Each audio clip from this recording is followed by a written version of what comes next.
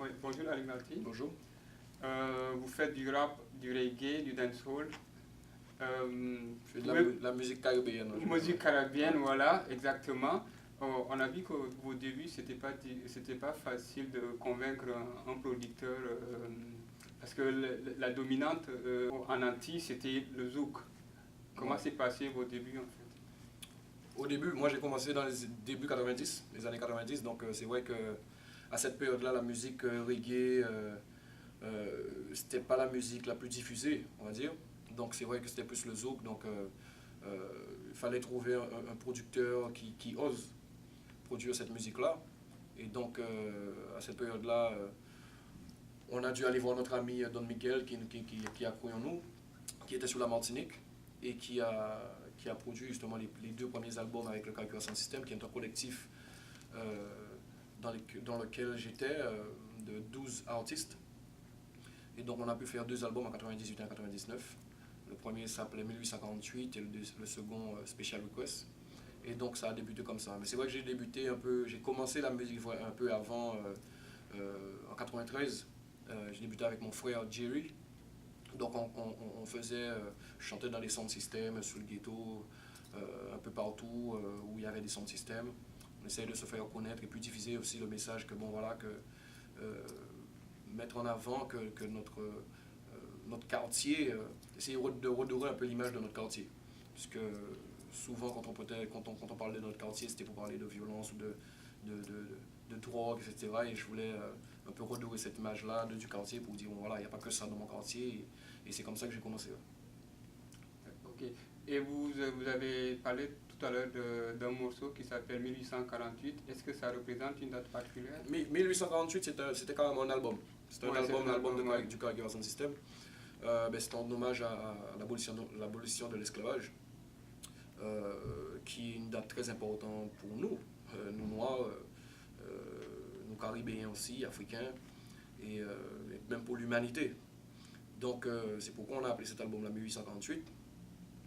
Et donc voilà, donc c'est vrai qu'on a toujours été, que ce soit dans le collectif ou moi-même dans ma musique même, comme je disais, j'ai commencé vraiment parce que j'avais des choses à dire, pas pour les strass et les paillettes quoi.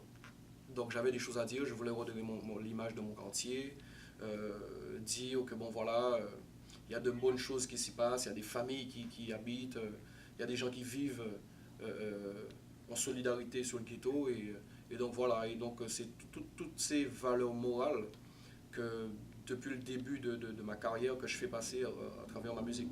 Donc, donc automatiquement 1848,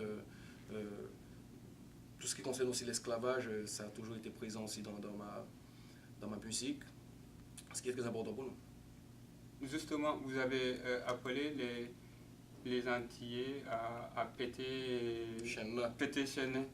Ouais. Ouais, qu'est-ce que pourquoi vous vous trouvez pas qu'ils ne faisaient pas assez ou bien qu'ils travaillaient Non, mais je pas? pense que c'est-à-dire que c'est vrai qu'il y a eu l'abolition de l'esclavage.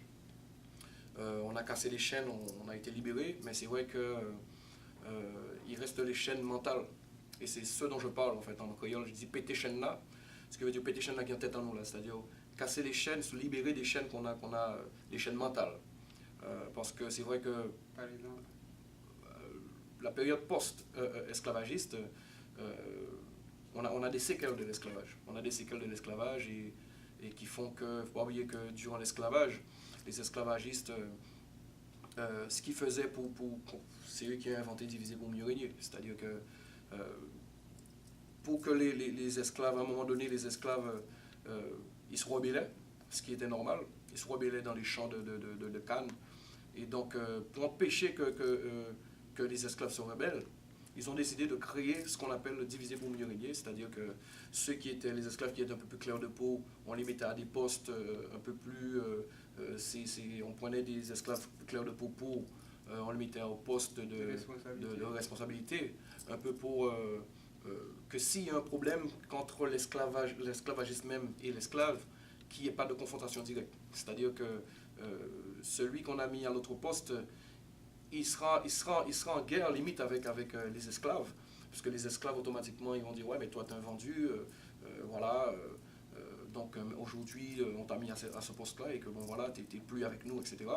Et donc visuellement pour ces esclaves-là, c'est parce qu'il est un peu plus clair de peau qu'on l'a mis à ce poste-là. Et donc tout ça, on a gardé un peu tout ça dans l'esprit et qui fait qu'aujourd'hui,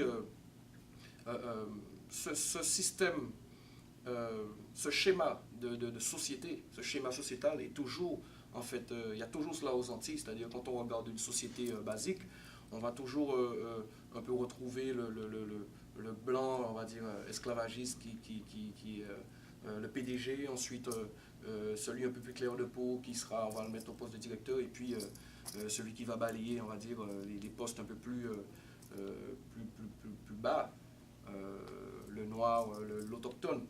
Donc c'est cela en fait ça c'est un exemple, hein, mais il y a beaucoup de choses comme ça qui sont restées, beaucoup de séquelles de l'esclavage et qui, je pense qu'il faut qu'on casse ces chaînes-là et qu'on aille de l'avant, quoi. Et c'est d'ailleurs, c'est l'une des raisons pour laquelle aux Antilles, il y a eu des émeutes en 2009. Donc c'est tout cela, c'est un peu compliqué à comprendre,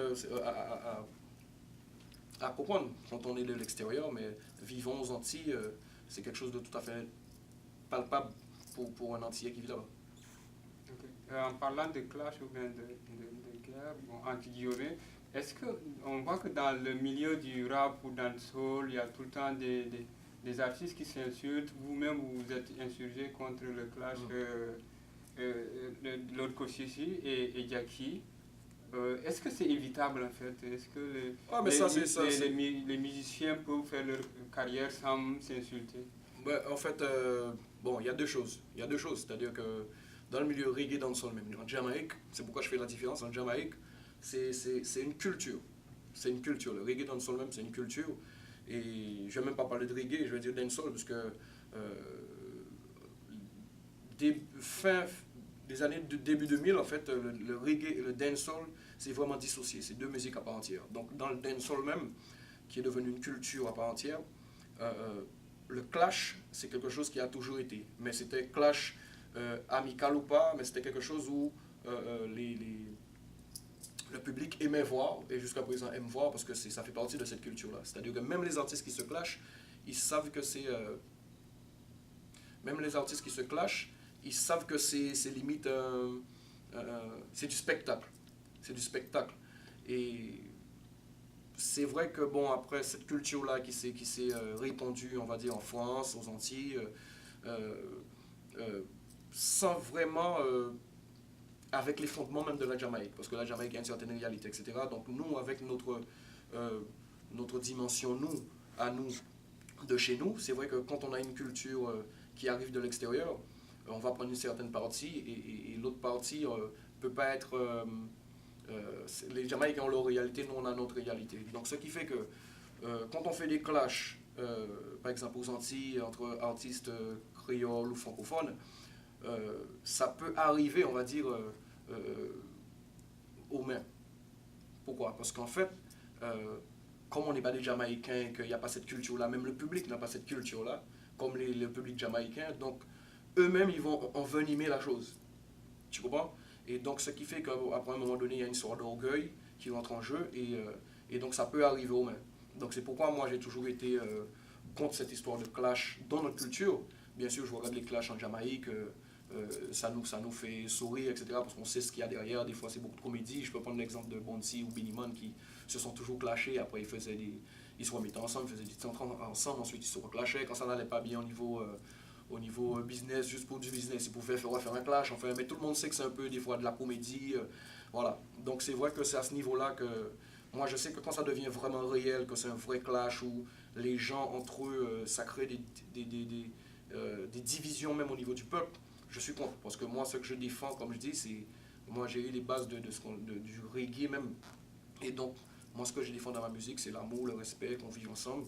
Et donc, dès que ça va trop loin, pour moi, tant que c'est musical, ok, mais quand ça va trop loin, moi, je suis contre. Comme le cas de Booba et de La Fouine en France.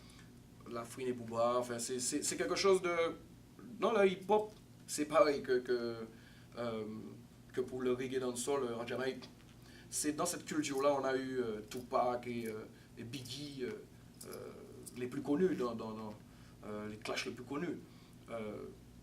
Mais comme je dis, tant que ça reste un truc où, c'est visuel, on se comprend, etc., bon, à la limite. Mais quand ça va trop loin, automatiquement, ça fait pas de bien, que ce soit aux jeunes qui nous suivent, même aux artistes, parce qu'à un moment donné, ça nous revient en pleine face. Donc voilà, après chacun fait ce qu'il veut. Après, je ne vais pas aller dire à la Frine ou à Booba de ne pas se clasher, etc. Ils font ce qu'ils veulent. Mais tout le monde sait ma position à ce niveau-là. Donc voilà, c'est toujours la même position. Vous venez dans le cadre du Festival de Nuit d'Afrique. Qu'est-ce que l'événement représente pour vous?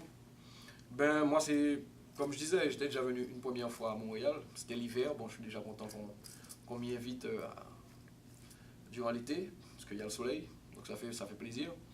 Et bien sûr, en plus, un festival, un gros festival, parce que c'est un gros festival, Nuit d'Afrique. Et le nom me parle. Nuit d'Afrique, ça me parle, ça va tout à fait avec ce que je défends comme valeur.